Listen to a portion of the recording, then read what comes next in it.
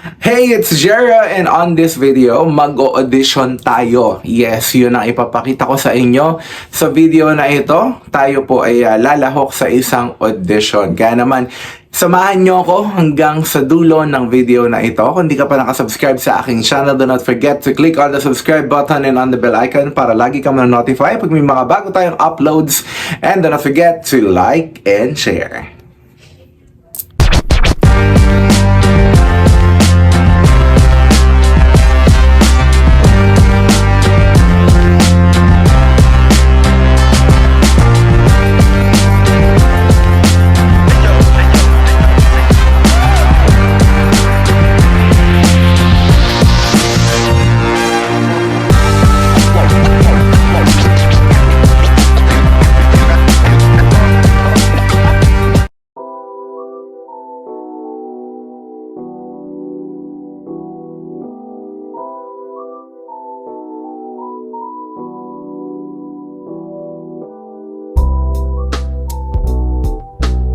Okay, so we're ready and it's time to go. What's up, guys? So, yun, we're now heading to Sampaloc, Manila for the audition. Itong audition na to is for, I'm not really sure if this is really an actual theater play or it's going to be a screenplay. But it's going to be directed by one of the best director who won 3 consecutive times in FAMAS.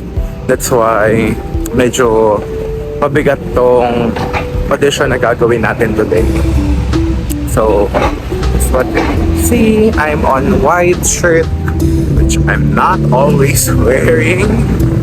As you can see, kung kilala nyo ako sa personal, hindi ako mahilig sa puti. But I have to wear white today for the audition. So, let's go ahead and start traveling to Daksaten.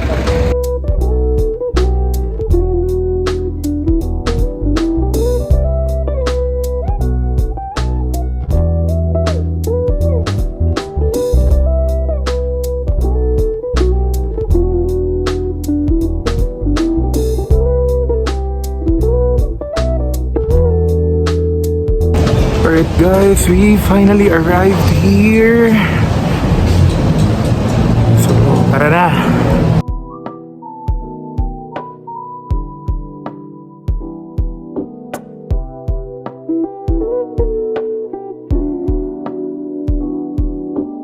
Aba, nagsalita ang magaling. Good afternoon everyone. My name is Edward Jem Lorenzo. I am known as Jero Lorenzo. I am an actor and a host in events since 2017. I had an experience in theater nung bata pa ako, pero tumigil ako for college sa pag-arte, and then I went back to acting just September of last year. Currently, I am part of the Crown Talents na lumalabas sa ABS-CBN Jimmy 25.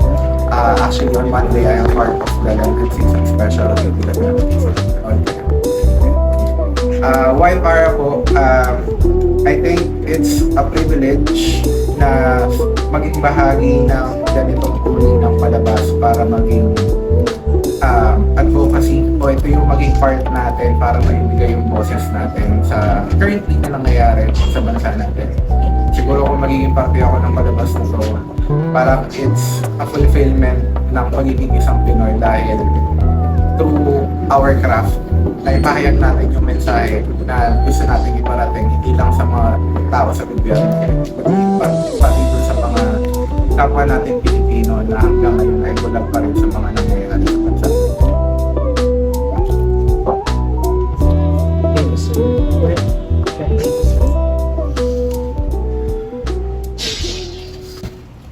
Ano bang nangyayari? Dati okay naman ang buhay natin. Ngayon, ang taas ng gas, ang taas ng bilihin, marami nagkakasakit, hindi na safe sa kung saan saang lugar. Ang daming krimen, ang daming patayan, may gera. Ultimo maliliit na bata nadadamay. Wala ka bang gagawin? Wala ka bang naiisip para matulungan yung mga tao? Di ba kaya ka nilagay sa pwestong yan? Para magsilbi sa mga taong nagluklok sa'yo dyan? Pero ano ginagawa mo? Nagpapakasasa ka sa pera na kami ang naghirap magtrabaho. Tas ano? Pag may sinabi kaming masama tungkol sa'yo, patatahimikin mo kami? Ang unfair. Di ba dapat kami yung boss?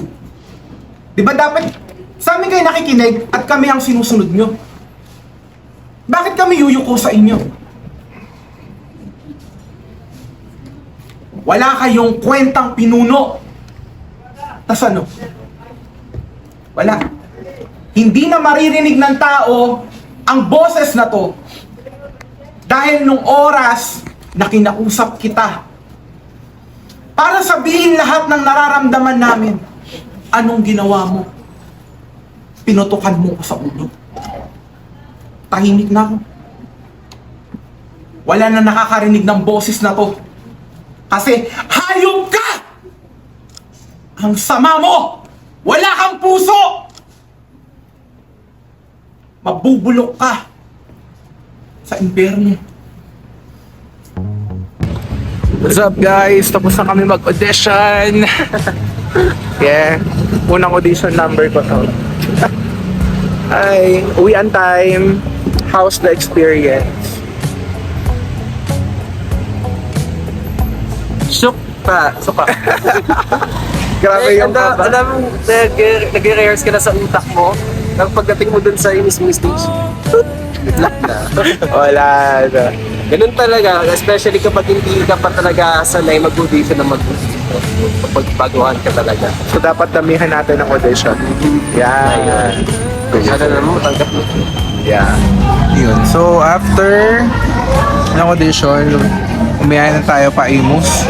Kain muna tayo. And I hope this year together, all the nights will be together. What's up guys? So kanina pa tayo tambay dito sa Starbucks sa Anabu. Ayan, nakapapalit na ako ng damit. I think we've been here for the past 3 hours already. Ayan. We're here to just unwind and look at the lineups that the talent coordinators and suppliers are giving us through the group chats.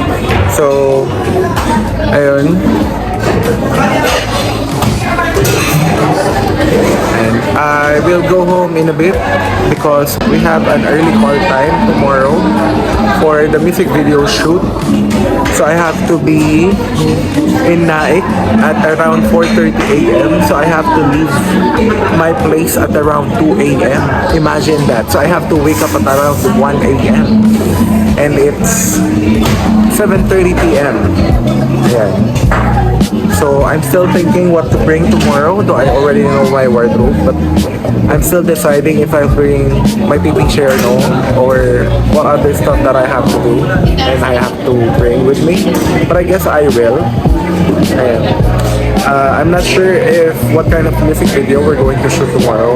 I really don't have any idea, but my wardrobe is more like pambahay and the usual villager, something like that. So that's it. So for this vlog, yeah, I already shared with you my audition earlier, and it's really quite fulfilling and overwhelming at the same time. And I am really excited to see if we made it or no. But if not, still something that I am thankful for. So yun. I'll be ending the vlog here. Thank you so much guys if you're still watching up until this point. I really appreciate you. Ayan, nakakalay na yung likod ko kaya hawak-hawak ko. So yun. Maraming salamat guys and hope to see you on my next video.